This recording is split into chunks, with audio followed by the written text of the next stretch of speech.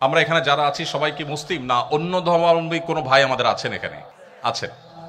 नबी का लब पर जो जिक्र है बे मिसाल आया कमाल आया। नबी का लब पर जो जिक्र है बे मिसाल आया कमाल। শুরুতে একটা জিজ্ঞাসা আপনাদের কাছে, আমরা এখানে যারা আছি সবাই কি মুসলিম না অন্য ধর্মাবলম্বী কোনো ভাই আমাদের আছেন? এখানে অন্য ধর্মাবলম্বী যদি কেউ থাকেন একটু হাত তুলবেন। আছেন? ভাইয়ের কি নাম? কেউ কি আমাকে হেল্প করবেন ভাইয়ের নামটা জানার ব্যাপারে? সবুজ কুমার দাস। সবুজ কুমার দাস, জি ধন্যবাদ ভাই সবুজকে, আপনাকে থ্যাংক ইউ সো মাচ। আপনি আমাদের এই আয়োজনে সামিল হয়েছেন। আপনি বসুন, আসন গ্রহণ করুন। কেন আখিরাতের বিশ্বাসটা যৌক্তিক? বিজ্ঞানের উৎকর্ষের এই যুগে আমাদের অনেকেরই মনে প্রশ্ন জাগে, আমরা মারা যাওয়ার পর আবার আল্লাহ তাআলা সৃষ্টি করবেন, আমাদের বিচার হবে, জান্নাত হবে বা জাহান্নাম হবে। কেন এটা অপরিহার্য? এটা এই জন্য অপরিহার্য, একজন মানুষের জীবনে যদি দুনিয়ায় সব শেষ হয়ে যায় তাহলে তার জীবনের যৌক্তিক পরিসমাপ্তি কখনোই সম্ভবপর হবে না। কেন হবে না?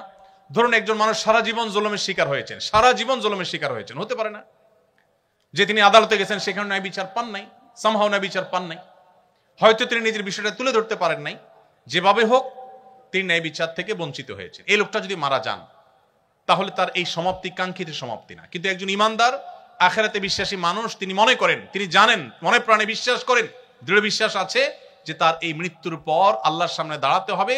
দুনিয়ার কোথাও যদি তিনি সুবিচার না পান, কোনো টেনশন নাই, আল্লাহ তাআলা বিচার করবেনই করবেন। দুনিয়ার সব জায়গায় যদি ঠকে যান তার টেনশনের কোনো কারণ নাই, তিনি সবকিছু সহ বুঝে পাবেন।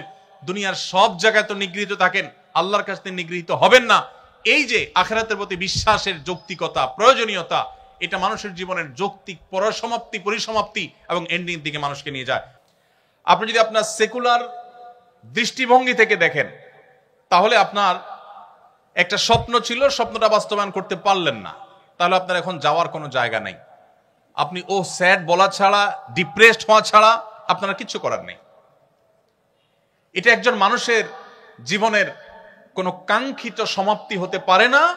দুর্ভাগ্যজনক বাস্তবতা হলো যারা মুহাম্মদ সাল্লাল্লাহু আলাইহি সাল্লাম সহ আল্লাহর পক্ষ থেকে প্রেরিত নবী রাসূলদের প্রতি ঈমান আনে না, বিশ্বাস করে না, তাদের জীবনে এরকম অনাকাঙ্ক্ষিত পরিসমাপ্তির সম্ভাবনা অনেক জোরালো। পক্ষান্তরে যারা মুসলমান, যারা মুহাম্মদ সাল্লাল্লাহু আলাইহি সাল্লামের প্রতি ঈমান এনেছে, তাদের সার্থকতা হলো মুহাম্মদ সাল্লাল্লাহু আলাইহি সাল্লাম তাদেরকে তাদের সৃষ্টিকর্তার সাথে পরিচয় করে দিয়েছে এবং এর ফলশ্রুতিতে আখিরাতের প্রতি বিশ্বাসী হয়েছে। একজন মানুষ দুনিয়াতে অনেক কিছু করতে চেয়েছেন, কিছুই করতে পারেন নাই, যদি তিনি মুসলমান হন তাহলে তার ডিপ্রেশনের কোনো কারণ নাই, তার দুশ্চিন্তার কোনো কারণ নাই। কারণ তিনি যদি ভালো কিছু করবার সদিচ্ছা রাখেন এবং তার জন্য যথাযথ পদক্ষেপ নিয়ে থাকেন, তিনি যদি তার কাঙ্ক্ষিত কাজটি করতে নাও পারেন, আল্লাহ রাব্বুল আলামিন কিয়ামতের দিন তার সেই কাঙ্ক্ষিত কাজ করে যে পরিমাণ রিওয়ার্ড পাওয়ার কথা, পুরস্কার পাওয়ার কথা, তার সবটুকু আল্লাহ তাআলা তাকে বুঝিয়ে দিবেন। অতএব একজন মুসলমান তার জীবনে কখনো ডিপ্রেশন তাকে কখনো স্পর্শ করতে পারে না। আর এই কথাকেই কোরআন বলেছে, ওয়ালা ইয়াইআস মির রাউহিল্লাহি ইল্লাল কওমুল কাফিরুন, আল্লাহর রহমত থেকে নিরাশ হয়ে যাওয়া, আশাহত হয়ে যাওয়া, ডিপ্রেসড হয়ে যাওয়া, এটা আল্লাহর প্রতি অবিশ্বাসী ছাড়া কারোর জীবনে আসতে পারে না। বিশ্বাসী মানুষের জীবনে আসার কোনো স্কোপ নেই। কেন আপনি সিরাত চর্চা করবেন? কারণ সিরাত চর্চা আপনার আইডেন্টিটি আপনাকে ঠিক করে দিবে, আপনার স্রষ্টার সাথে আপনার সৃষ্টি হিসাবে আপনার একটা সম্পর্ক গড়ে তুলবে। তাতে কি হবে? আপনার ডিপ্রেশন আসবে না। আপনারা ছাত্র মানুষ, আপনারা ইউনিভার্সিটি স্টুডেন্ট, যদি স্কুল বা কলেজ বা স্কুল লাইফের দিকে ফিরে যান, আমাদের অনেক স্কুল স্টুডেন্ট আছেন যারা অনেক পড়াশোনা করেন। এসএসসিতে একটা ভালো ফলাফল করতে হবে তাকে, এইচএসসিতে একটা ভালো ফলাফল করতে হবে তাদের। এ ধরনের স্টুডেন্টদের জন্য আমাদের ডক্টর নাবিল ভাই অনেক কাজ করেন, মাশাআল্লাহ, অনেক চমৎকার চমৎকার তার দিক নির্দেশনা আছে, আমরা জানি আমাদের এই ধরনের স্টুডেন্টদের জন্য। তো স্টুডেন্টরা যখন খুব পড়াশোনা করে পরীক্ষার আগে, অনেক ছেলেপেলে আছে, অনেক ছেলেমেয়েরা আছে, তাদের পড়াশোনার অন্যতম লক্ষ্য থাকে একটা ভালো ফলাফল করা। আর ভালো ফলাফল কেন করতে চায়? তার প্রাথমিক লক্ষ্য, চূড়ান্ত লক্ষ্য তো ঠিক আছে, ভালো কলেজে ভালো ভার্সিটিতে চান্স পাবে, ভালো ক্যারিয়ার বিল্ড আপ করবে। প্রাইমারি একটা লক্ষ্য থাকে, সেটা হলো পাশের বাসার আন্টিকে একটু দেখায় দেওয়া। আছে না নাই? কেন পাশে বাসার আন্টিকে দেখাইতে হবে? কারণ আন্টি এসে সারাদিন মায়ের কাছে তার ছেলে মেয়ের গল্প শোনায়, এগুলো শুনতে আর ভালো লাগে না। এই জন্য মাজায় গামছা বেঁধে অনেক স্টুডেন্ট নেমে যায় যে এবার কিছু একটা করতে হবে, আন্টির মুখ বন্ধ করতে হবে, ভালো কিছু করতে হবে।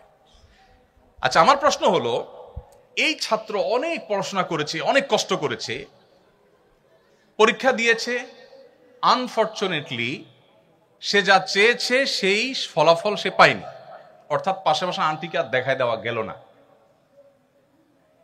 এই ছেলের, এই শিক্ষার্থীর যাওয়ার জায়গাটা কোথায় আমাকে বলেন? কোনো যাওয়ার জায়গা আছে? তা দেখাইতে পারে নাই তো, আবার কবে কোন পরীক্ষা আসবে সেটাতে দেখাবে, এছাড়া তার আর কোনো যাওয়ার জায়গা না। তখন সে কি হয়ে যায়? ডিপ্রেসড হয়ে যায়, সে দুশ্চিন্তার মধ্যে পড়ে যায়, মন খারাপ করে, এবং কখনো কখনো আত্মহত্যার পথে পর্যন্ত চলে যায়। এবার আসুন আমরা আরেকটা চিত্র দেখি। একজন স্টুডেন্ট যার জীবনে মোহাম্মদ সাল্লাল্লাহু আলাইহি সাল্লামের সিরাতের রিফ্লেকশন হয়েছে, যিনি মোহাম্মদ সাল্লাল্লাহু আলাইহি সাল্লামের জীবন ইতিহাসের সাথে পরিচিত হয়েছে, তার জীবনের সংস্রবে কখনো এসেছেন, তার ছোঁয়ায় কখনো তার থাকার সুযোগ হয়েছে। এই স্টুডেন্ট যেহেতু তার রবকে চিনে, তিনি তার সব কিছু দেখাতে চান তার রবকে, সৃষ্টিকর্তাকে। পাশাপাশি আন্টি কিংবা তার কোনো বন্ধু বান্ধব কিংবা অন্য কাউকে তিনি দেখাবার জন্য কিছু করেন না। তার লক্ষ্য হলো তিনি ভালো ফলাফল করে ভালো একটা জায়গায় দাঁড়িয়ে এই যে দুর্নীতির করাল গ্রাস গোটা দেশটাকে শেষ করে দিচ্ছে, তিনি মেরুদণ্ড সোজা করে এদেশের মানুষের জন্য অ্যাজ এ মুসলমান, মুসলিম মিল্লাতের মুখকে উজ্জ্বল করবার জন্য তিনি কিছু করতে চান। এই স্বপ্ন নিয়ে তিনি পরীক্ষা দিচ্ছেন, পড়াশোনা করছেন, চেষ্টা করছেন।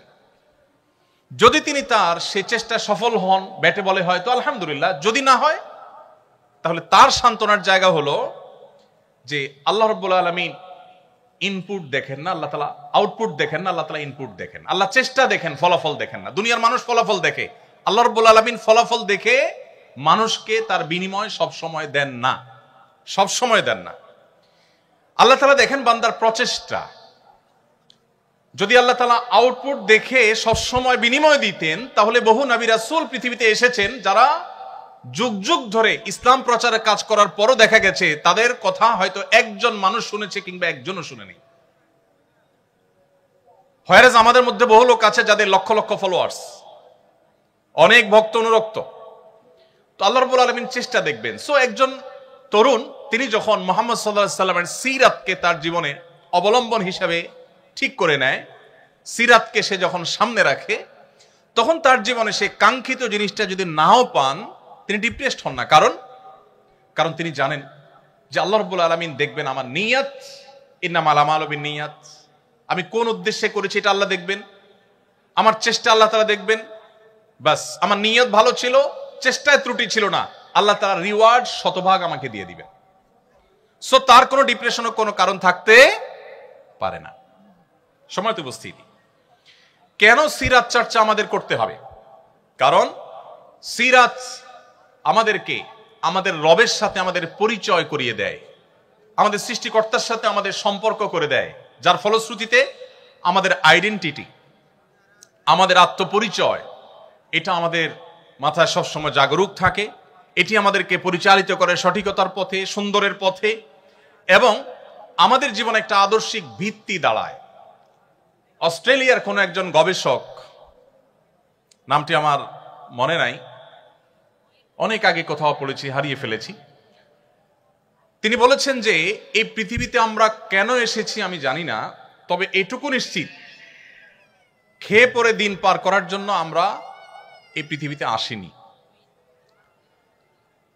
দেখুন, জন্মের পর থেকে আমরা যত চেষ্টা করছি, যত পরিশ্রম করছি, যত সাধনা করছি, সবগুলোর সারসংক্ষেপ হলো আমরা রুটি রুজি আহরণ করছি, সেটি ভোগ করছি, একটা পর্যায়ে আমরা মারা যাচ্ছি, কালের গর্ভে হারিয়ে যাচ্ছি।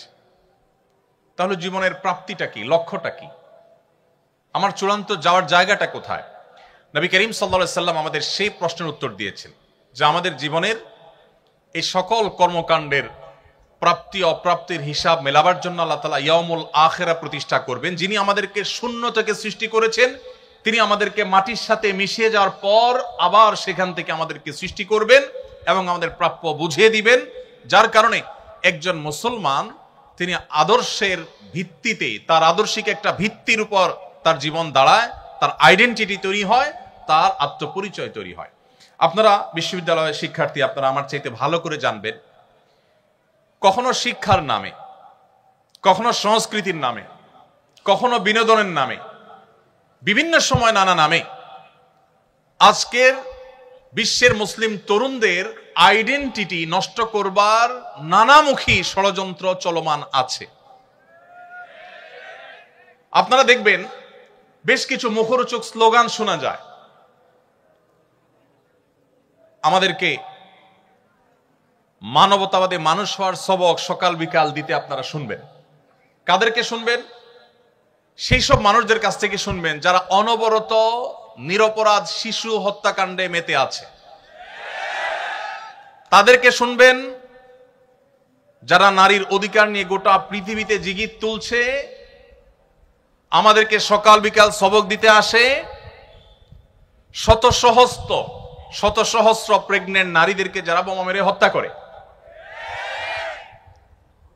মুসলমানের দৃষ্টান্ত হলো সেই বাঘের বাচ্চার মতো, যে বাঘের বাচ্চাকে শিয়াল লাফানো শেখায়।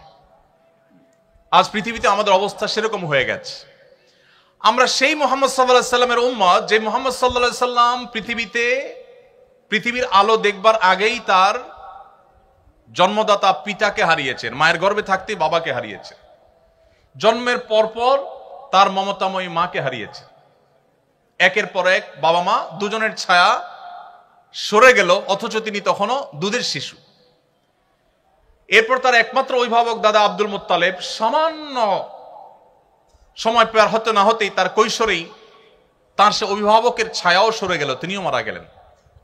তার জীবনের সবচেয়ে কঠিন বছর, যেটি আমাল হুজন বলা হয়েছে সিরাতের বইয়ে, সেই বছরে তার সবচেয়ে বড় অভিভাবক একদিকে চাচা আবু তালেব, অপরদিকে ঘরে স্ত্রী মা খাদিজা রাদিয়াল্লাহু তাআলা আনহা, আমাদের উম্মুল মুমিনিন এবং তার স্ত্রী খাদিজা রাদিয়াল্লাহু তাআলা আনহা, এই দুজনের ছায়া একসাথে উঠে গেল।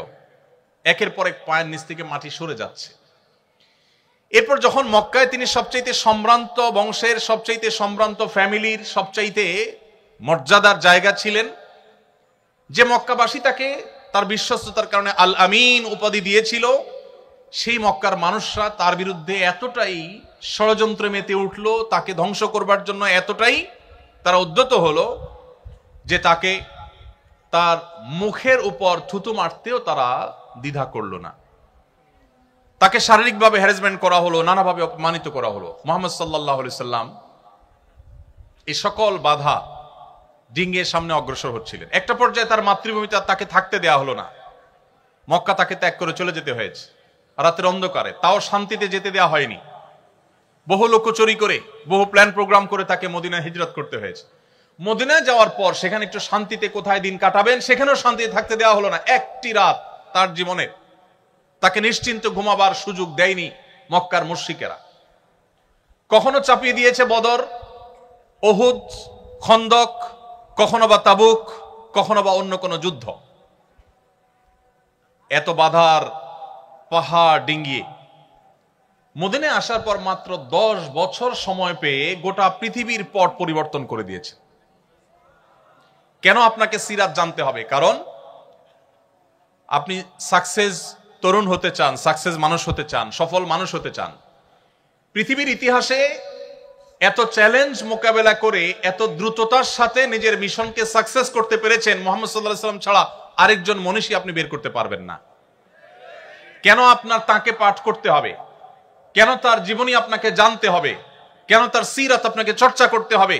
কারণ তার সিরাত আপনাকে সাফল্যের চূড়ান্ত শিখরে পৌঁছতে সাহায্য করবে। সম্মানিত উপস্থিতি, আজ মুসলিম তরুণদের আত্মপরিচয় দূর করবার জন্য যে নানামুখী ষড়যন্ত্র চলমান আছে, সেই ষড়যন্ত্রগুলো সম্পর্কে আপনারা খুব ভালো করে জানেন। আমাদেরকে মানবতাবাদের সবক যারা শেখায় তারা জানে না মুসলমানকে আসলে আলাদা করে মানবতাবাদের সবক শেখানোর প্রয়োজন। পৃথিবীকে মানবতার শিক্ষাই দিয়েছে প্রথমে মুসলমানরা। মুহাম্মদ সাল্লাল্লাহু আলাইহি সাল্লামের চাইতে বেশি মানবতার শিক্ষা পৃথিবীতে কেউ কাউকে কখনো দিতে পারেনি। মুহাম্মদ সাল্লাল্লাহু আলাইহি সাল্লাম সেই মানুষ যার শুধু মানবতার বিষয়ে শত সহস্র আলোচনা করে তার মানবিক দিকটাকে পরিপূর্ণভাবে তুলে ধরা আমাদের দ্বারা সম্ভব নয়, আমরা সেদিকে যাচ্ছি না। তো আত্মপরিচয়হীনতা দূর করে আমাদের নিজস্ব সংস্কৃতির প্রতি অনুরাগী হতে আমাদেরকে সাহায্য করবে যদি আমরা নবী সাল্লাল্লাহু আলাইহি ওয়াসাল্লাম সিরাত পাঠ করি। নাম্বার 2, আপনারা সবাই তরুণ, অনেকে আছেন যে বাবা মার যথেষ্ট অর্থ সম্পদ আছে, পারিবারিক ভিত্তি যথেষ্ট স্ট্রং এবং মজবুত। এত সত্ত্বেও আমাদের সামনে যে পথ চলা, সেই পথ চলা কি সব সময় মসৃণ হয় না কখনো কখনো কণ্টকাকীর্ণ হতে পারে? মসৃণ থাকবে সবসময় আমাদের জীবনে পথ চলা?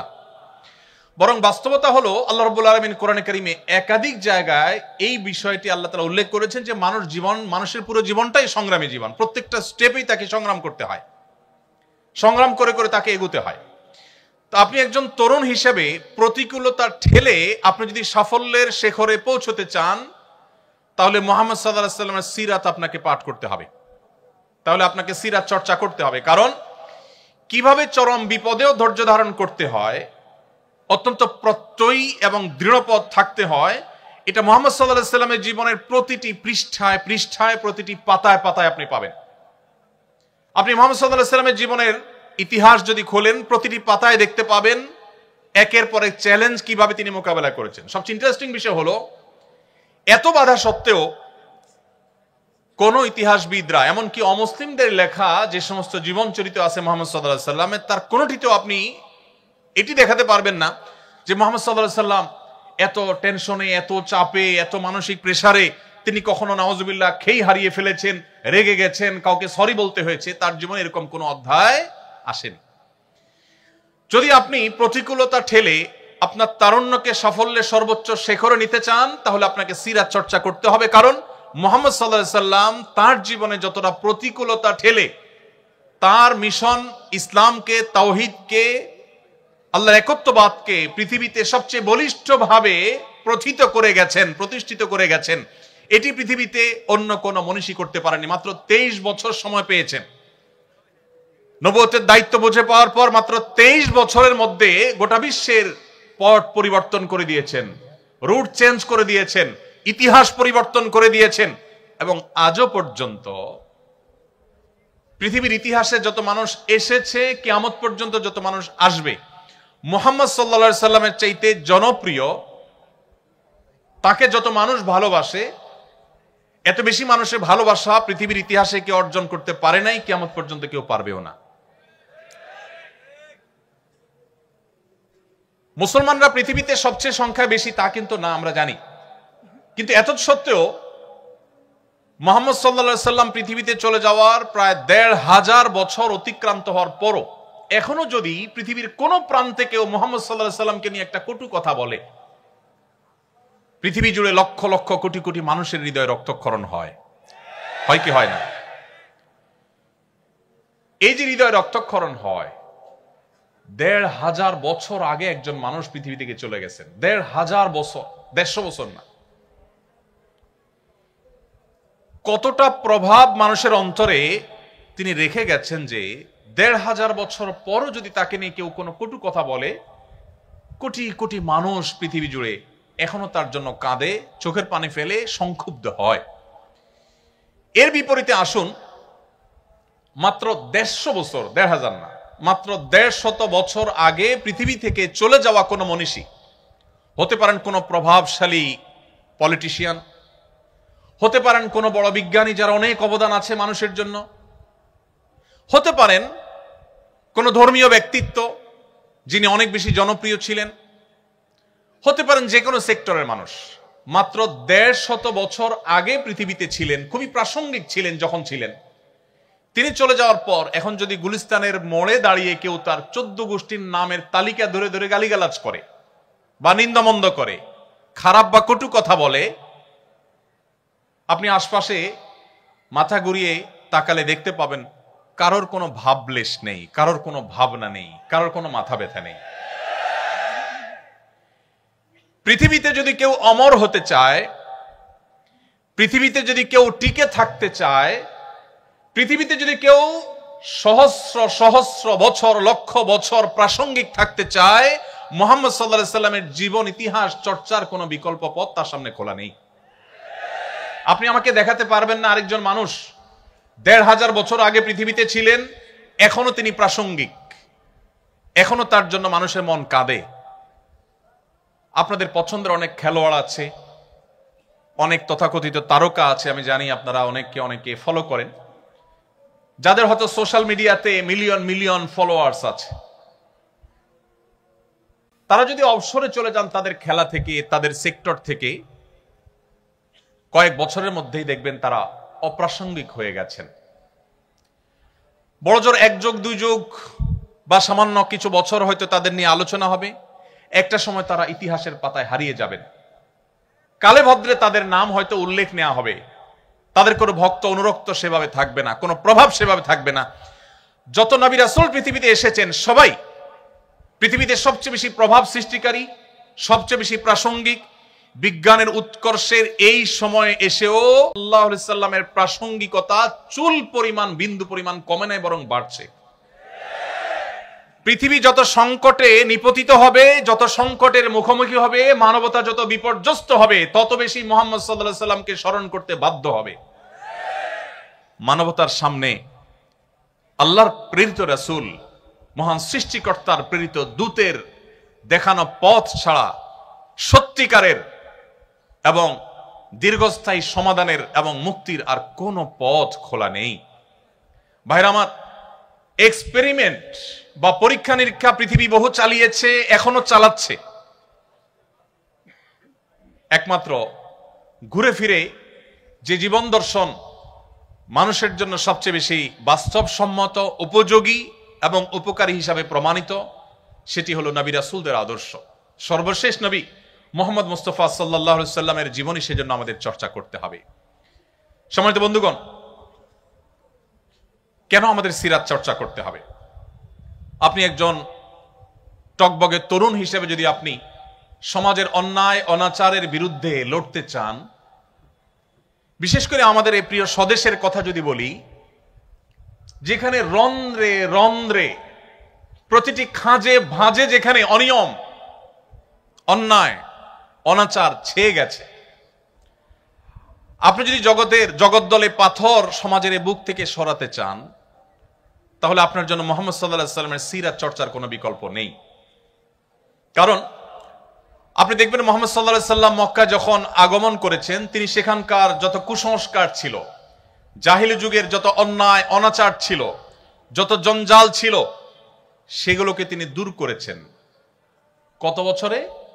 মাত্র 23 বছর সময়ের মধ্যে। শুধু মক্কার অনাচার নয়, তখনকার পৃথিবীতে যত অনাচার ছিল, এই সমস্ত অনাচারগুলোকে একটি একটি করে সবগুলোর কবর রচনা করেছেন মুহাম্মদ সাল্লাল্লাহু আলাইহি সাল্লাম। আপনারা জানেন, আমাদের বোনরা শুনছেন এখানে নিশ্চয়ই, কন্যা হিসাবে যে সমাজে জন্মগ্রহণ করাটাকে অপরাধ মনে করা হতো। আল্লাহ কোরআনে বলেছেন, وَإِذَا بُشِّرَ أَحَدُهُمْ بِالْأُنثَى ظَلَّ وَجْهُهُ مُسْوَدًّا وَهُوَ كَظِيمٌ। নবী সাল্লাল্লাহু আলাইহি সাল্লাম যে সমাজে এসেছেন, সেই সমাজে কারোর কন্যা সন্তান হয়েছে এই সংবাদ শোনানো হলে তার মুখটা কালো হয়ে যেত।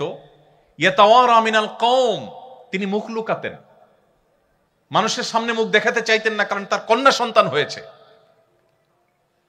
আপনি চিন্তা করতে পারেন যে এই জায়গা ছিল কন্যা বা মেয়েদের অবস্থান। সময় কিন্তু 23 বছর। মাত্র এই 23 বছরের মধ্যে নারীকে সেই অতল গভীর থেকে তুলে আকাশের সর্বোচ্চ শিখরে রেখে নবী করিম সাল্লাল্লাহু আলাইহি সাল্লাম এমন এক সমাজ গঠন করেছেন মাত্র 23 বছরে, যেই সমাজে কন্যার বাবা হওয়া ছেলের বাবা হওয়ার চাইতে বেশি গৌরবের বিষয়ে পরিণত হয়েছে। আপনারা অনেকেই হাদিস জানেন, নবী করিম সাল্লাল্লাহু আলাইহি ওয়াসাল্লাম বলেছেন, কারোর যদি দুটি কন্যা সন্তান থাকে এবং সে যদি সেই দুটি কন্যা সন্তানকে সুশিক্ষা দেয়, সঠিক দীক্ষা দেয়, তাদের মধ্যে কোনো বৈষম্য না করে, সুবিচার করে, তাদেরকে সুশিক্ষা শিক্ষিত করে, আদর্শবান মুসলিম করে, ভালো পাত্রস্থ করে, এক কথা তাদের সকল অধিকার যদি সঠিকভাবে আদায় করে এবং কন্যা সন্তান হয়েছে এটার জন্য তিনি কোনো লজ্জিত, অনুতপ্ত বা হেজিটেশন ফিল না করে প্রাউড ফিল করেন, নবী করিম সাল্লাল্লাহু আলাইহি ওয়াসাল্লাম তার জন্য জান্নাতের, বরং নবী সাল্লাল্লাহু আলাইহি ওয়াসাল্লামের সান্নিধ্যে জান্নাতে থাকার শুভ সংবাদ দিয়েছেন। অথচ আমি নিজেও ছেলে, আপনারাও এখানে আমার সামনে যারা আছেন তারা ছেলে, এমন কোন হাদিস আমি পাইনি যে এক ডজন পুত্র সন্তান জন্ম দেওয়ার এই সৌভাগ্য বিরল অর্জনের কারণে নবী সাল্লাল্লাহু আলাইহি ওয়াসাল্লাম কোন বাবা মাকে এই সুসংবাদ শুনিয়েছেন যে জান্নাতের বারান্দার কাছাকাছি যাওয়া যাবে। আমি এটা পাইনি। কিন্তু দুটি কন্যা সন্তান হলে জান্নাতে শুধু থাকা না, নবী সাল্লাল্লাহু আলাইহি ওয়াসাল্লামের সান্নিধ্যের সৌরভ পাবে, এই শুভ সংবাদ তিনি দিয়েছেন। শুধু তাই নয়, ইমাম মালিক রাহমাতুল্লাহর একটা চমৎকার উক্তি আছে, তিনি বলেছেন, আল আম্বিয়া ওয়া আবুল বানাত, নবী রাসূলগণ কাকতালীয় ভাবে হোক আর আল্লাহ তাআলার সুপরিকল্পনার অংশ হোক, অবশ্যই আল্লাহর প্রত্যেকটা কাজে হিকমত দেওয়ার পরিপূর্ণ। তিনি বলেছেন, যত নবী রাসূল পৃথিবীতে এসেছে অ্যানালিসিস করলে দেখা যায় বেশিরভাগ নবী রাসূলদেরকে আল্লাহ তাআলা মেয়েদের বাবা করেছেন। আমাদের নবী করিম সাল্লাল্লাহু আলাইহি সাল্লামের ছেলে সন্তান হয়েছে, কিন্তু আল্লাহ তাআলা তাদেরকে একেবারে সেই শৈশবে নিয়ে গেছেন। তার 4টি কন্যা সন্তান স্বাভাবিক জীবনযাপন করে বড় হয়ে সংসার করে তারপর দুনিয়া থেকে গেছেন। 4টি কন্যা সন্তান, একটি ছেলে সন্তানও তার বড় হয়ে স্বাভাবিক জীবনযাপন করবার সুযোগ পায়নি। অর্থাৎ নবী করিম সাল্লাল্লাহু আলাইহি সাল্লাম 4 জন মেয়ের বাবা ছিলেন এবং এজন্য মক্কার মুশরিকরা তাকে বিদ্রূপ করে বলতো যে মুহাম্মদ মারা গেলে তার নাম নেয়ার মতো মানুষ কেউ থাকবে না, কারণ কোনো ছেলে নাই, তার বংশ কিভাবে থাকবে টিকে। যারা বলেছিল তারা ইতিহাসে রাস্তা করে নিক্ষিপ্ত হয়ে গেছে। মুহাম্মদ সাল্লাল্লাহু আলাইহি সাল্লামের নামে নামকরণ করা পৃথিবীর যে কোনো দেশে, যে কোনো সমাজে, বিশেষ করে যেখানেই মুসলমান আছে সেখানে আপনি দেখবেন, এমনকি ইংল্যান্ডের সন্তানদের নামকরণের ক্ষেত্রে দেখা গেছে যে প্রায় বছরই সবচেয়ে বেশি সংখ্যক সন্তান বা শিশুদের নাম রাখা হয় মোহাম্মদ নামে। যারা মনে করেছিল মুহাম্মদ সাল্লাল্লাহু আলাইহি সাল্লামের ছেলে সন্তান না থাকলে তিনি হারিয়ে যাবেন, তারা হারিয়ে গেছে। মুহাম্মদ সাল্লাল্লাহু আলাইহি সাল্লাম পৃথিবীতে এখনো প্রাসঙ্গিক আছেন। ভাইরা আমার, তো সমাজের যে জঞ্জাল, যে কুসংস্কার, এটা যদি আপনি দূর করতে চান, আপনি যদি সংগ্রামী মানুষ হতে চান, সমাজ সংস্কারক হতে চান, তাহলে আপনাকে মুহাম্মদ সাল্লাল্লাহু আলাইহি সাল্লামের সিরাত পাঠ করতে হবে, তার সিরাত চর্চা করতে হবে। কারণ খুব স্বল্পতম সময়ের মধ্যে যে মক্কার মুশরিকেরা কন্যা সন্তান হলে জীবন্ত পুঁতে ফেলতো, তাদের বুকের উপর দাঁড়িয়ে নবী সাল্লাল্লাহু আলাইহি সাল্লামের জীবনের শেষ ওসিয়তগুলোর মধ্যে থেকে ছিল ফাস্তাউসু বিন-নিসাই খায়রা, তোমরা মেয়েদের ব্যাপারে আমার কাছ থেকে কল্যাণের উপদেশ গ্রহণ করো। নারী জাতিকে তিনি উন্নতির চরম শিখরে, মুক্তির চরম পর্যায়ে তিনি রেখে গেছে। ভাইরা আমার, আমি একটা কথা প্রায় বলি, আজকে পৃথিবীতে নারীবাদের খুব স্লোগান শুনতে পাবেন, অধিকার অধিকার এই শব্দটা খুব বেশি শুনতে পাবেন। এগুলো শুনলে বেশ আমাদের মধ্যে একটা ভাবসাব আসে যে অধিকার সচেতন, আধুনিক। নবী করিম সাল্লাল্লাহু আলাইহি সাল্লাম যখন পৃথিবীতে মানবতা বুলুণ্ঠিত হয়েছে, তখন মানবতা নিয়ে কাজ করেছেন, তখন কোনো প্রজেক্ট ফাইল তার কাছে ছিল না। এখন পৃথিবীতে অনেকেই অধিকারের কথা বলেন বিভিন্ন বিদেশি ফান্ড বা তহবিল হালাল করবার প্রয়োজনে। এটা একটা ফ্যাশনের বিষয় হয়েছে এখন, তখন ফ্যাশনের বিষয় ছিল না। তো আপনি যদি সমাজে অন্যায় অনাচার দূর করে সংগ্রামী সাধক হতে চান, সমাজ সংস্কারক হতে চান, প্রতিবাদীর ভূমিকায় থাকতে চান, তাহলে মুহাম্মদ সাল্লাল্লাহু আলাইহি সাল্লাম কিভাবে সমাজ সংস্কার করেছেন, কিভাবে এত অল্প সময়ে একটা সমাজকে আমূল পরিবর্তন করে দিয়েছেন, দিন এবং রাত যেরকম তফাৎ এরকম তফাৎ করে দিয়েছেন, সেই সিরাত আপনাকে পাঠ করতে হবে। প্রিয় ভাইরা আমার, আপনি যদি বিরতিহীন পথ চলায় জীবনের অভিষ্ট লক্ষ্যে পৌঁছতে চান, তাহলে আপনাকে মুহাম্মদ সাল্লাল্লাহু আলাইহি সাল্লামের সিরাত চর্চা করতে হবে। কেন? কারণ আপনি দেখবেন নবী করিম সাল্লাল্লাহু আলাইহি সাল্লামের জীবনে তার যে পথ চলা ছিল এটা ছিল বিরতিহীন। আল্লাহ তাআলা কোরআনে কারীমে নবী করিম সাল্লাল্লাহু আলাইহি সাল্লামকে বলেছেন, হে রাসূল, আপনি রাতের কিছু অংশ আরাম করুন, সারা রাত দাঁড়িয়ে ইবাদত করবেন না, একটু রেস্ট করুন। কারণ ইন্নালাকা ফিন-নাহারি সাবহান তাওয়ীলা, কারণ দিনে আপনাকে দীর্ঘ পথ সাঁতরাতে হবে। ইন্টারেস্টিং বিষয়, কোরআন বলছে নবী সাল্লাল্লাহু আলাইহি সাল্লামকে রাতে একটু আপনি রেস্ট করুন। সারা রাত জেগে তিনি তাহাজ্জুদ পড়তে চাইতেন। আল্লাহ বলেছেন না সারা রাত তাহাজ্জুদ পড়বেন না, একটু নিজে রেস্ট করবেন, নিজের রিফ্রেশমেন্টের জন্য সময় রাখবেন, সারা রাত ইবাদত করবেন না। কেন? কারণ দিনে আপনাকে দীর্ঘ পথ সাঁতার কাটতে হবে, সাঁতরাতে হবে। প্রশ্ন হলো, নবী সাল্লাল্লাহু আলাইহি সাল্লাম যে মক্কায় ছিলেন বা মদিনায় ছিলেন, সেখানে সাঁতার কাটার কোনো অপশন ছিল না। এবং তখনকার আরবেরা, এমনকি এখনকার আরাবিয়ানরাও, তারা আমাদের মতো নদীমাতৃক এলাকার মানুষ না। তাদের সাঁতার কাটা বেশিরভাগ মানুষই জানে না বললেই চলে। নবী সাল্লাল্লাহু আলাইহি সাল্লামের জীবনে একবারও সাঁতার কেটেছেন এরকম কোনো বর্ণনা কেউ খুঁজে পাবে না। তাহলে আল্লাহ তাআলা বলতে পারতেন যে আপনাকে দীর্ঘ পথ অতিক্রম করতে হবে, পাড়ি দিতে হবে, হাঁটতে হবে, চলতে হবে, তা না বলে আল্লাহ তাআলা সাঁতার কাটা কেন বললেন? এ বিষয়ে তাফসীর বিশেষজ্ঞ বিশ্লেষক ওলামা ইকরাম বলেন, এখানে আল্লাহ তাআলা একটি বার্তা দিতে চেয়েছেন। সেটি হলো, মানুষ পায়ে হেঁটে চললে একটু বিরতি নেয়, অন্য যে কোনো বাহনে গেলে মানুষ হয়তো একটু বিরতি নেওয়ার অপশন থাকে, কিন্তু কেউ যদি সাঁতার কাটে তাহলে তার গন্তব্যে পৌঁছার আগ পর্যন্ত বিরতির কোনো সুযোগ থাকে না। নবী করিম সাল্লাল্লাহু আলাইহি সাল্লামের যে কাজ, এই কাজ ছিল বিরতিহীন। এই জন্য তার সারা জীবন তিনি বিরতিহীনভাবে চেষ্টা চালিয়েছেন। আপনি যদি সেই মোটিভেশন ধরে রাখতে চান যে কিভাবে আপনি সারা জীবন কাজ করবেন মানুষের কল্যাণে, আল্লাহ সন্তুষ্টি লাভ করে জান্নাত প্রাপ্তির আশায়, তাহলে সেক্ষেত্রে আপনাকে সিরাত চর্চা করতে হবে। কারণ নবী সাল্লাল্লাহু আলাইহি সাল্লাম অবিষ্ট লক্ষ্য অর্জনে বিরতিহীন পথ চলার ক্ষেত্রে যে দৃষ্টান্ত স্থাপন করেছেন, পৃথিবীতে আর কেউ সেটি দেখাতে পারেনি। সম্মানিত উপস্থিতি, আল্লাহর পক্ষ থেকে অর্পিত যে দায়িত্ব, সেই দায়িত্ব পালন করবার জন্য তিনি যে সংগ্রাম করেছেন, সেই সংগ্রাম তার জীবনী গ্রন্থে তার সিরাত পাঠ করলে বা তার সিরাত চর্চা করলে আপনি আপনার জীবনের পরতে পরতে সেটাকে আপনি প্রাসঙ্গিক এবং রিলেভেন্ট আপনি দেখতে পাবেন। আপনার যদি লিডারশিপ এবং নেতৃত্বের ইচ্ছা থাকে, স্বপ্ন থাকে, তাহলে আপনাকে সিরাত চর্চা করতে হবে। কারণ নবী করিম সাল্লাল্লাহু আলাইহি সাল্লামকে দেখবেন যে তিনি তরুণ বয়স থেকেই সততা, ন্যায় বিচার, দূরদর্শিতা এগুলোর সবচেয়ে উৎকৃষ্ট উদাহরণ সৃষ্টি করেছেন, দৃষ্টান্ত স্থাপন করেছেন। তিনি কিন্তু যখন বয়সে তরুণ ছিলেন, তখনই মক্কায় বাহির থেকে আসা মানুষজন যারা নির্যাতিত হতো, নানাভাবে নিষ্পেষিত হতো, নানাভাবে জুলুমের শিকার হতো, এই মানুষগুলোর মুক্তির জন্য ঐতিহাসিক যে হিলফুল ফুজুল সংগঠিত হয়েছিল, সেই সংগঠনের সাথে তিনি সম্পৃক্ত হয়ে গেছেন। এবং যখন মক্কার কাবার পুনর্নির্মাণের উদ্যোগ নিলেন নবী সাল্লাল্লাহু আলাইহি সাল্লামের দাদা আব্দুল মুত্তালিব, নবী সাল্লাল্লাহু আলাইহি সাল্লাম তখন কিশোর ছিলেন, অনেক ছোট মানুষ ছিলেন। যখন মক্কার মুশরিকরা সবাই মিলে কাবাঘর ভেঙে যাচ্ছিল, অনেক পুরাতন হয়ে গেছে স্থাপনা, এটাকে পুনর্নির্মাণ করলেন, তখন কালো পাথর যেটি হাজরা আসওয়াদ, এই পাথরটা পুনর্নির্মাণের করে এটিকে আবার আগের জায়গায় স্থাপন করা হবে, এই কাজটি কে করবে, এটা নিয়ে তাদের মধ্যে বিবাদ দেখা দিল। আপনারা জানেন মক্কার মুশরিকদের মধ্যে সেই বিবাদ ছিল, এবং বিবাদটা এতটাই ছিল প্রকট যে সামান্য একটু কুয়া থেকে কার ওঁট আগে পানি পান করলো, এই ঘটনাকে কেন্দ্র করে যুগ যুগ ধরে তারা বংশকে বংশ করে তারা যুদ্ধ করত।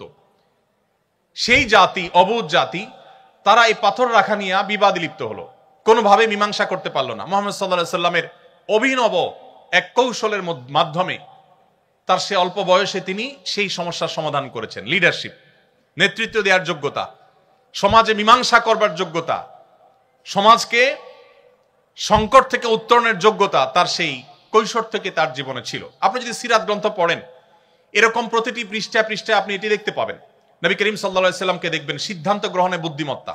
শুধুমাত্র হিজরতের সময় মক্কা থেকে তিনি যে মদিনায় চলে যাচ্ছিলেন রাতের অন্ধকারে, যে স্টেপগুলো তিনি অবলম্বন করেছেন, এগুলোর এক একটা নিয়ে বহু পিএইচডি হতে পারে, বহু গবেষণা হতে পারে, হয়েছেও।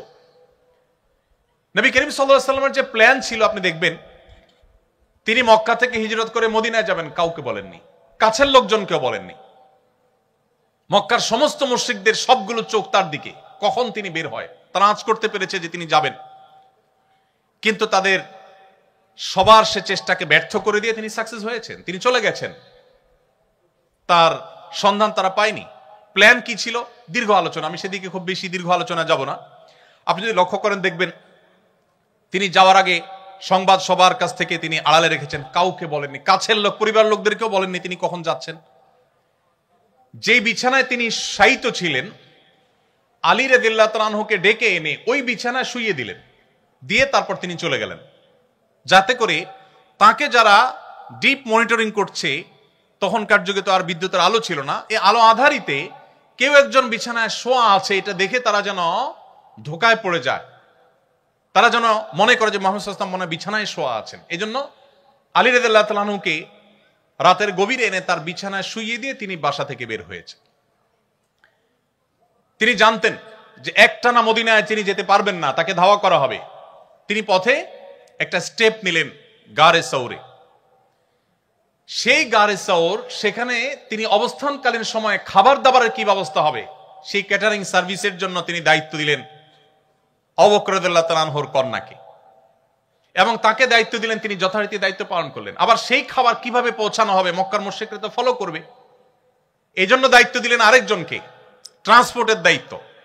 যাকে ট্রান্সপোর্টের দায়িত্ব দেওয়া হলো তাকে পরিকল্পনা বুঝায় দেওয়া হলো, তিনি ছাগলের রাখাল নিয়ে, যিনি খাবার যাবেন তার পেছন থেকে ছাগলের রাখাল নিয়ে একজন যাবেন, যাতে করে তার যে পদচিহ্নগুলো আছে এগুলো ছাগল পায়ে হেঁটে মারিয়ে সেটাকে মিশিয়ে ফেলে, মক্কার মুশরিকরা যাতে আঁচ করতে না পারে পায়ে হেঁটে কোথায় গিয়েছে, গারে সৌরটা ঠিক কোন জায়গায় যেন ধরতে না পারে। এরপরে সেখানে মক্কার মুশরিকদের গতিবিধি জানার জন্য সংবাদদাতা হিসাবে, মিডিয়া হিসাবে আলাদা ডিপার্টমেন্টকে দায়িত্ব দিলেন, তারা সেই সংবাদ তাকে পৌঁছাতো নিয়মিত। এভাবে একটি একটি করে শুধুমাত্র তার হিজরতের প্ল্যান পরিকল্পনা যদি আমরা শুনি তো আমরা অবাক হয়ে যাব যে আজকাল পৃথিবীতে বহু ট্রেনিং, বহু গবেষণা, বহু পড়াশোনা, বহু স্টাডি, বহু উচ্চতর ডিগ্রি নিয়েও মানুষ যে সমস্ত প্ল্যান প্রোগ্রাম করতে পারে না, নবী সাল্লাল্লাহু আলাইহি ওয়াসাল্লাম জীবনে সেটি করেছেন।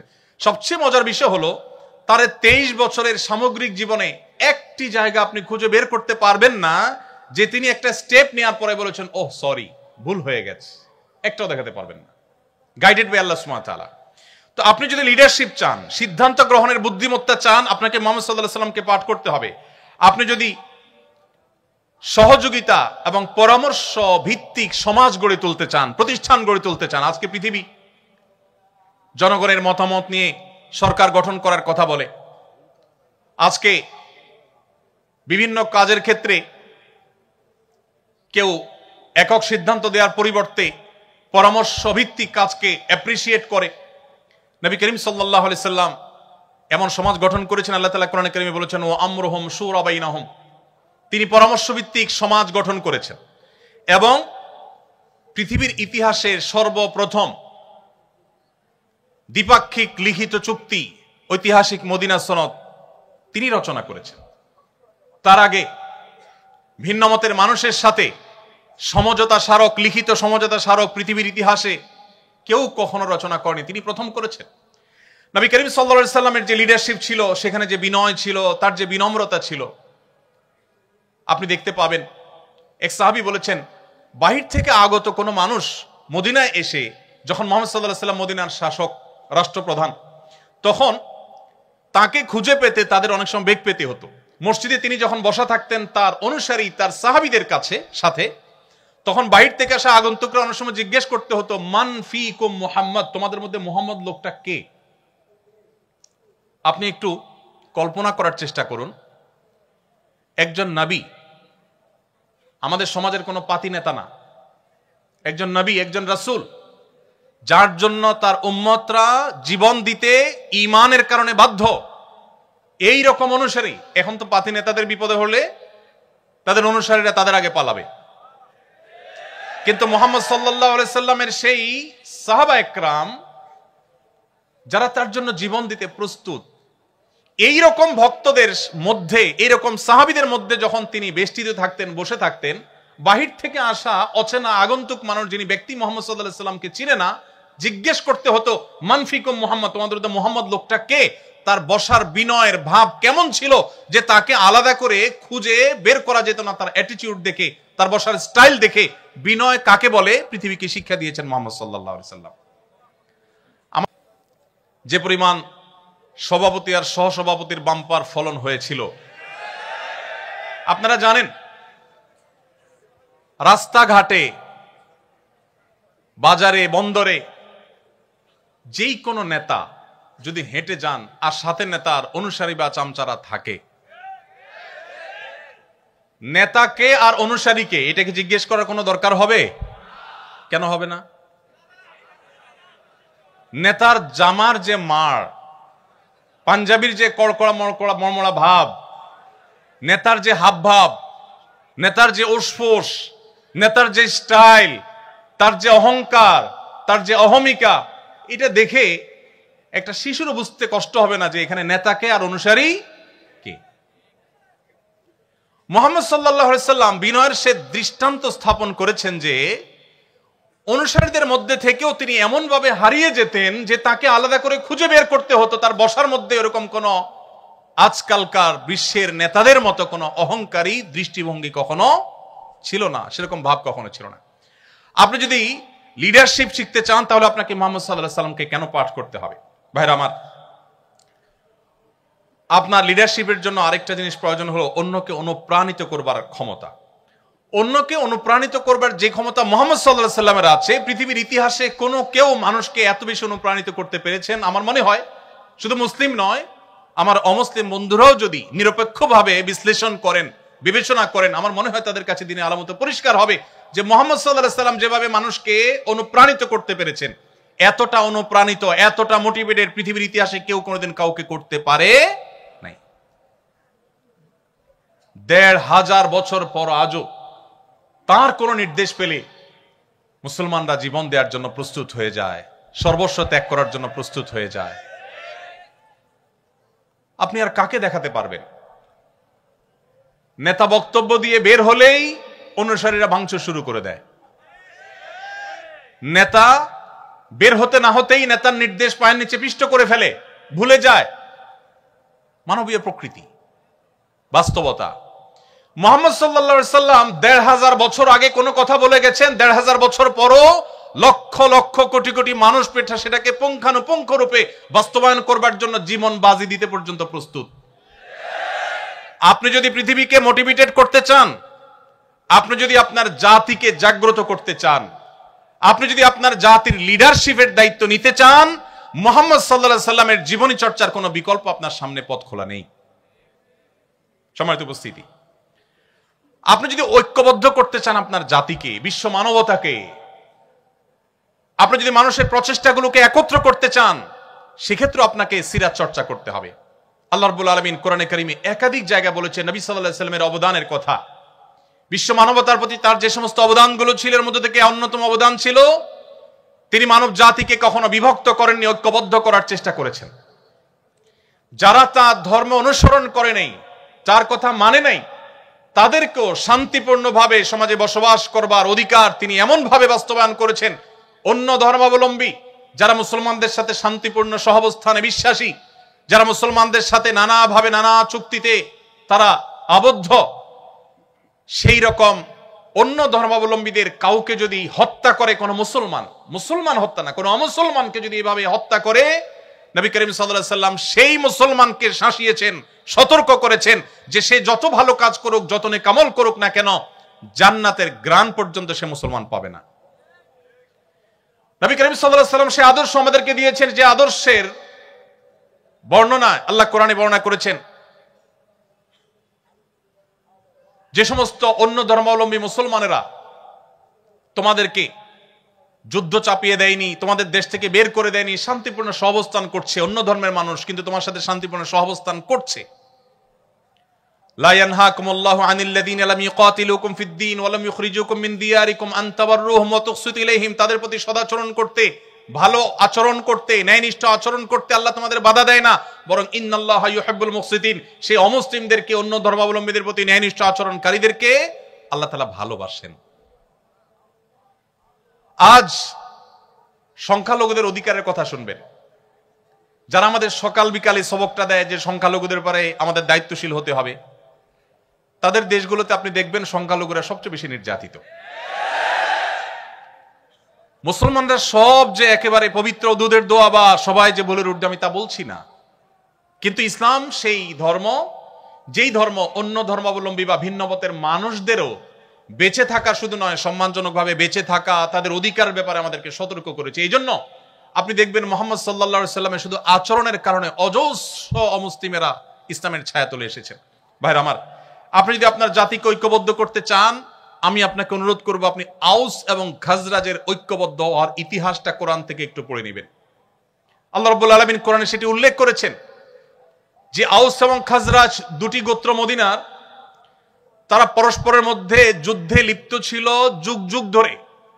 বাবা মারা যাওয়ার সময় ছেলেকে ওসিয়ত করতো, বাপ আমার প্রতিপক্ষের সাথে যুদ্ধ শেষ করে যেতে পারলাম না, সমূলে শেষ করে যেতে পারলাম না, ওসিয়ত করে যাচ্ছি যুদ্ধটা তুই চালায় যাস।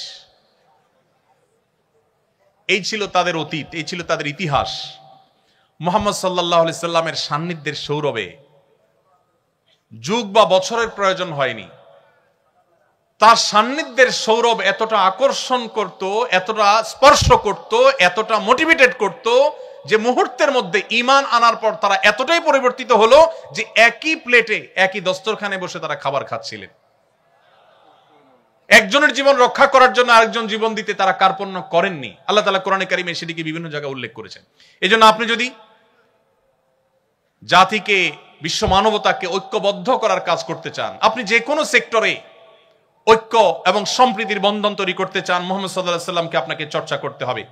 আপনি দেখতে পাবেন সেই মক্কা থেকে আসা, হিজরত করে আসা মুহাজির সাহাবীরা কিভাবে মদিনার সাহাবীদের কাছে আপন হয়ে গেছেন। তারা যখন এসেছেন মদিনায়, মদিনার সাহাবীরা বললেন যে আমাদের ব্যবসার অর্ধেক দিয়ে দিচ্ছি আপনাদেরকে। কেউ বা ব্যবসার অর্ধেক অফার করলেন, কারণ একাধিক স্ত্রী আছে, তিনি বলেছেন যে ঠিক আছে আমার একজন স্ত্রী, আমি তাকে ডিভোর্স দিয়ে দিচ্ছি, আপনার স্ত্রী রেখে এসেছেন, সংসার, আপনার জীবন সবকিছু বিপন্ন প্রায়, আপনাকে আমি আমার ভাই হিসেবে এই সুযোগ দিচ্ছি যে আমার ডিভোর্স হয় স্ত্রীর সাথে আপনি বিবাহ বন্ধনে আবদ্ধ হতে পারেন, বিবাহ আপনি করতে পারেন, ব্যবসার অংশ নিতে পারেন, ইত্যাদি ইত্যাদি। মক্কা থেকে আসা সাহাবীরা বলেছেন তাদের সাথে কিছু নেই, সব সহায় সম্পদ রেখে আসতে হয়েছে। পৃথিবীতে আজও তো বহু শরণার্থী শিবির পৃথিবীর দেশে দেশে আছে। মুহাজিররা যে শরণার্থী হয়ে বা মুহাজির হয়ে মক্কা থেকে মদিনা এসেছেন, মুহাম্মদ সাল্লাল্লাহু আলাইহি সাল্লামের নেতৃত্ব, তার সিরাত এর সৌরভ সান্নিধ্য তাদেরকে কি করেছে?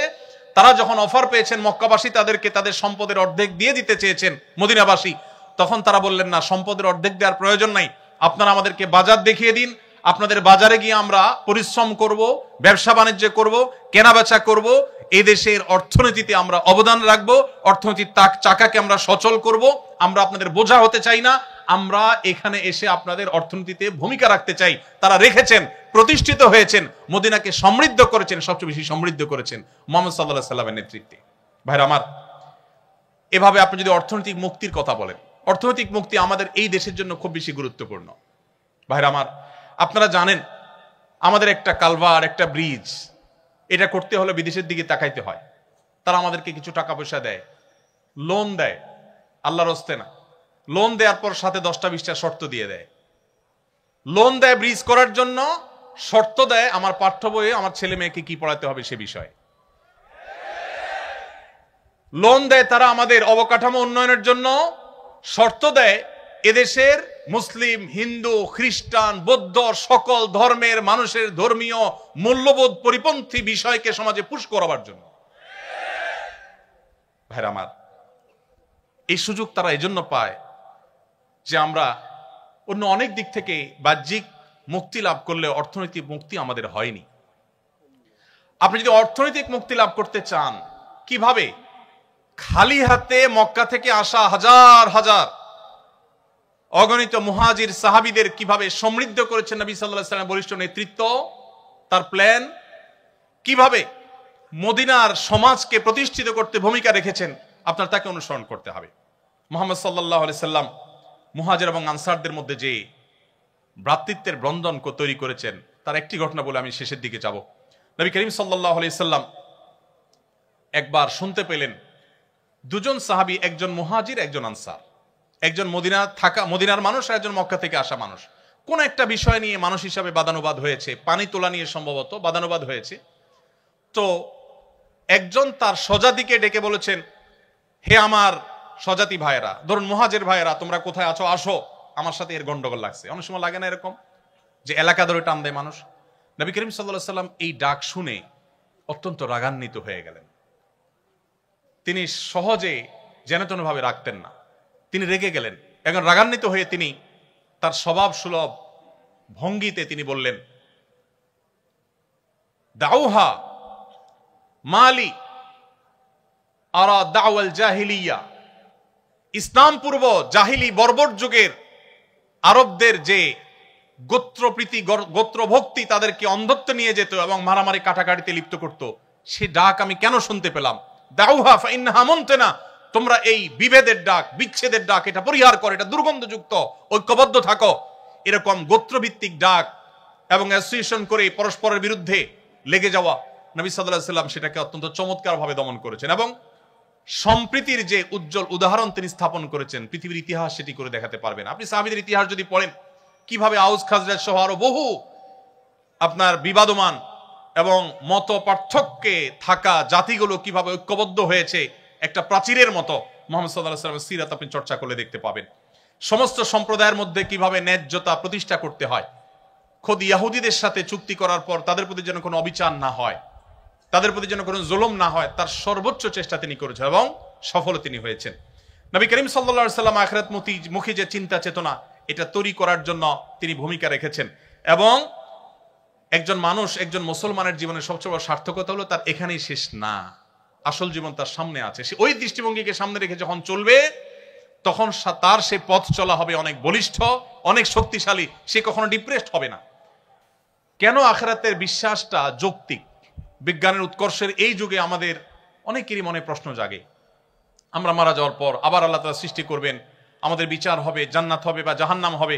কেন এটা অপরিহার্য? এটা এই জন্য অপরিহার্য, একজন মানুষের জীবনে যদি দুনিয়ায় সব শেষ হয়ে যায়, তাহলে তার জীবনের যৌক্তিক পরিসমাপ্তি কখনোই সম্ভবপর হবে না। কেন হবে না?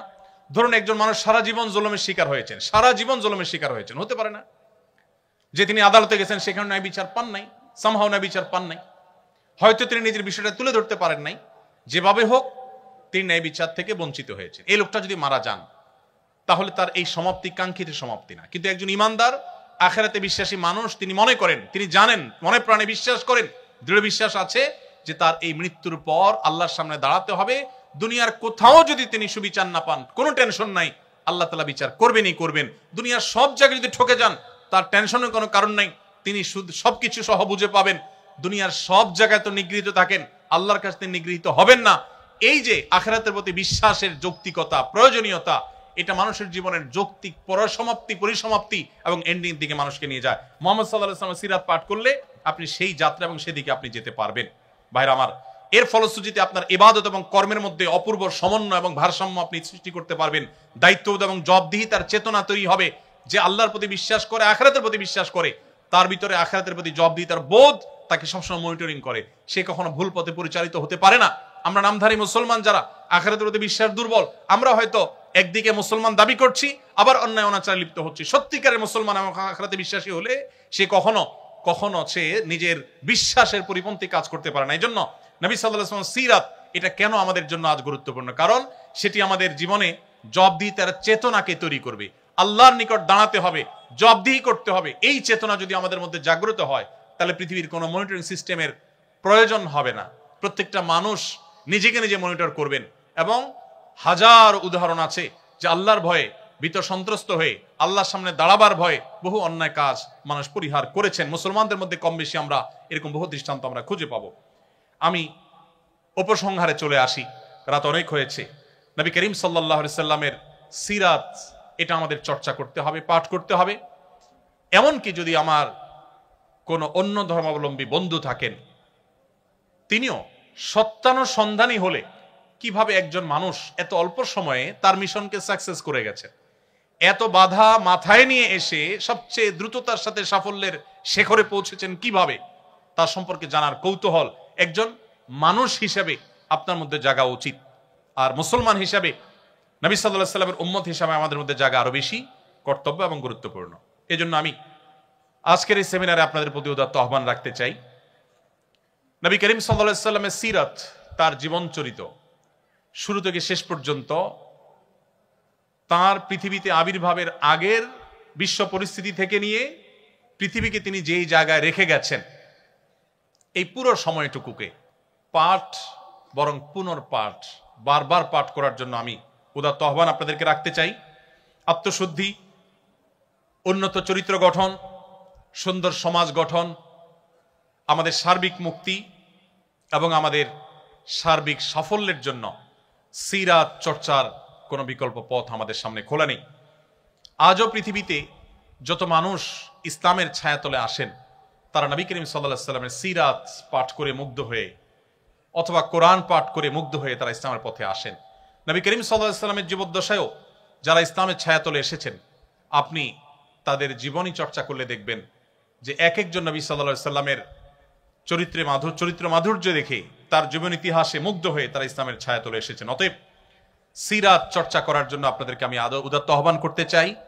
সিরাত চর্চার জন্য বছরে বা কালে ভদ্রে একটি বা দুটি সিরাত সেমিনার আয়োজন করা যথেষ্ট নয়।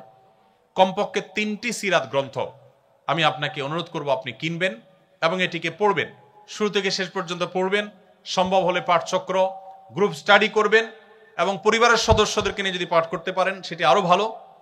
আমি আপনাকে আল্লাহর উপরে ভরসা রেখে একটি নিশ্চয়তা দিতে চাই, সেটি হলো আপনি নবী সাল্লাল্লাহু আলাইহি সাল্লামের সিরাত শুরু থেকে শেষ পর্যন্ত যদি জানতে পারেন, যেটি বলছিলাম তার আবির্ভাবের আগের পৃথিবী এবং তিনি পৃথিবীকে যে জায়গায় রেখে গেছেন, এই পুরোটুকুকে যদি আপনি অধ্যয়ন করতে পারেন, তাহলে আপনার সিরাত পাঠের আগের ঈমান আর সিরাত পাঠের পরের ঈমানের মধ্যে আকাশ এবং পাতাল তফাত এবং পার্থক্য আপনি নিজে অনুভব করবেন ইনশাআল্লাহ।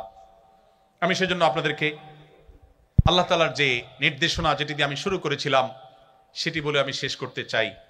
আল্লাহ রাব্বুল আলামিন বলেছেন, লাকাদ কানা লাকুম ফি রাসূলিল্লাহি উসওয়াতুন হাসানা, তোমাদের জন্য আল্লাহর রাসূলের জীবনীতে রয়েছে সর্বোত্তম অনুপম আদর্শ, তুলনাহীন আদর্শ, যার কোনো তুলনা কারোর সাথে চলে না, সেটি রয়েছে মুহাম্মদ সাল্লাল্লাহু আলাইহি ওয়াসাল্লামের জীবনীতে। আল্লাহ তাআলা শুধু আমাদেরকে কোরআন দেননি, তিনি কোরআন ব্যাখ্যা করবার জন্য, বিশ্লেষণ করবার জন্য রাসূল দিয়েছেন। তিনি চাইলে জিবরিলকে দিয়ে কাবার ছাদে আসমান থেকে কোরআন পাঠিয়ে দিতে পারতেন অলৌকিকভাবে। মক্কার মুশরিকদের বুঝতে সুবিধা হতো যে আল্লাহর তরফ থেকে অলৌকিকভাবে এসেছে। তিনি তার রাসূল সাল্লাল্লাহু আলাইহি সাল্লামকে দিয়ে আমাদেরকে কোরআনের নির্দেশগুলোর বাস্তব উদাহরণ আমাদের সামনে স্থাপন করেছেন। সর্বশেষ একটি দৃষ্টান্ত দিয়ে আমি শেষ করছি, সেটি হলো ডক্টর খন্দকার আব্দুল্লাহ জাহাঙ্গীর রাহিমাহুল্লাহর নাম আপনারা শুনেছেন, ইসলামী বিশ্ববিদ্যালয়ের কুষ্টিয়ার প্রফেসর ছিলেন। স্যার একটি উপমা দিতেন অত্যন্ত চমৎকার। স্যার বলতেন, আমরা যে ফোন ব্যবহার করি, এই মোবাইলগুলো সাধারণত 2 প্রকারের। কিছু আছে যেগুলো আমরা বাটন ফোন বলি, যেগুলোতে নেট ইউজ করা যায় না, ক্যামেরা থাকে না, ইত্যাদি ইত্যাদি। এই বাটন ফোন। আরেকটা হলো স্মার্টফোন। স্যার বলতেন, আল্লাহ রাব্বুল আলামিন মানুষকে সৃষ্টি করেছেন স্মার্টফোনের মতো করে, আর অন্য যত প্রাণী আছে সব প্রাণীকে সৃষ্টি করেছেন বাটন ফোনের মতো করে। বাটন ফোনের মধ্যে যেই ক্যালকুলেটর দেওয়া আছে ওইটা পরিবর্তন করা যায় না। যেই ফোন বুক দেওয়া আছে, যা যা দেওয়া আছে তাতেই থাকে। গেমস যেগুলো দেওয়া আছে, নতুন করে আর কোনো গেম সেখানে ডাউনলোড করা যায় না, ফিক্সড, যা যা দেওয়া আছে তা। আর স্মার্টফোনের মধ্যে, দামি দামি স্মার্টফোনগুলোতে আপনাকে একটা প্লে স্টোর, অ্যাপ স্টোর দেওয়া থাকবে। আপনি ক্যালকুলেটর কোন ডিজাইনেরটা নামাবেন, কোন অ্যাপটা নামাবেন, কোন গেমসটা ডাউনলোড করবেন, কোনটা সেট করবেন, এটার চয়েস আপনার হাতে দেওয়া হয়েছে। আপনি চাইলে আপনার সুবিধা মতো, পছন্দ মতো অ্যাপ আপনি নামায় নিতে পারেন। অন্যান্য প্রাণীকে এই অপশন দেওয়া হয়নি, তারা বাটন ফোনের মতো।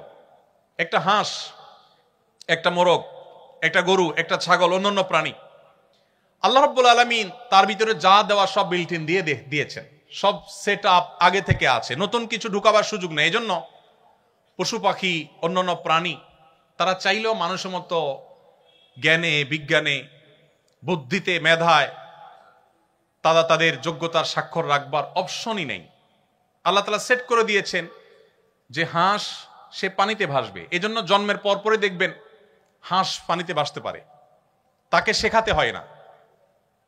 মানুষের সন্তানকে হাঁটা শেখাতে হয়, পশু পাখিকে হাঁটা শেখাতে হয় না, তাকে যে জন্য সৃষ্টি করা হয়েছে ওই যে বাটন ফোনের মতো সবকিছু বিল্ট ইন দেওয়া আছে, অটোমেটিক ওইটা থাকবে, কাজ করবে, নতুন কিছু সেখানে ঢুকবে না। কিন্তু মানুষকে যেহেতু আল্লাহ তাআলা স্মার্টফোনের মতো তৈরি করেছেন, ব্ল্যাঙ্ক ব্রেন দিয়ে দিয়েছেন, চোখ দিয়ে দিয়েছেন, অপশন দিয়ে দিয়েছেন, সে তার চয়েস মতো অপশন বা অ্যাপগুলোকে সে নিজের ভিতর ঢোকাতে পারে। কেন মুহাম্মদ সাল্লাল্লাহু আলাইহি সাল্লামের জীবনী চর্চা প্রয়োজন? কারণ আল্লাহ তাআলা আমাদেরকে স্মার্টফোনের মতো তৈরি করেছেন। সো আমরা যদি ভালো কিছু আমাদের ভিতরে ধারণ করি তাহলে তার রিফ্লেক্ট আমাদের জীবনে পড়বে, আমরা যদি ভুল কিছু ধারণ করি তার রিফ্লেক্ট আমাদের মধ্যে পড়বে। এজন্য আমাদের এই জীবনকে আলোকিত করবার জন্য, সমৃদ্ধ করবার জন্য আমাদের জীবনের পদে পদে মুহাম্মদ সাল্লাল্লাহু আলাইহি সাল্লামকে পাঠ করতে হবে, তাকে ডাউনলোড করতে হবে, তাকে ধারণ করতে হবে এবং তাকে চয়েস করতে হবে। কারণ মানুষ অনুসরণ প্রিয়, কাউকে না কাউকে সে অনুসরণ করে, কারণ না কারোর দ্বারা সে প্রভাবিত হয়। আপনি যদি সর্বশ্রেষ্ঠটাকে ডাউনলোড করেন, আপনার ভেতরে ধারণ করেন, তাহলে আপনার জীবন আলোকিত হবে, সুন্দর হবে, সমৃদ্ধ হবে। আপনার আলো দ্বারা আলোকিত করতে পারবেন আপনার সমাজকে, আপনার আশপাশকে, বিশ্ব মানবতাকে, আপনার প্রিয় স্বদেশকে। আল্লাহ রাব্বুল আলামিন আমাদের সবাইকে সিরাতে রাসূলের আলো দ্বারা আলোকিত হওয়ার তৌফিক দান করুন। সিরাতে রাসূলের রিফ্লেকশন যেন আমাদের জীবনের পরতে পরতে হয়, পদে পদে হয়, আল্লাহ তাআলা সেই তৌফিক আমাদেরকে দান করুন। আমরা যারা মুহাম্মদ সাল্লাল্লাহু আলাইহি সাল্লামের উম্মত হিসেবে নিজেদেরকে স্বীকার করছি, দাবি করছি, আমরা যেন বুঝে শুনে তার উম্মত হই, আমরা যেন পড়ে শুনে তার উম্মত হই, স্টাডি করে চর্চা করে তার উম্মত হই। তার উম্মত হওয়ার এই গৌরব যেন সত্যিকারের গৌরবের পরিণত হয়, সেজন্য প্রয়োজনীয় পদক্ষেপ গ্রহণ করা, আমাদের জীবনের প্রত্যেকটা ক্ষেত্রে সিরাতকে জানা এবং আমাদের জীবনে, আমাদের সমাজে, আমাদের পরিবারে, রাষ্ট্রে সর্বত্র যেন স্টাবলিশ করার তৌফিক আল্লাহ তাআলা দান করেন। সেজন্য সেই দোয়া রব্বে কারীমের কাছে ব্যক্ত করে শেষ করছি। জাযাকুমুল্লাহু খায়রা। আসসালামু আলাইকুম ওয়া রাহমাতুল্লাহি ওয়া বারাকাতুহু।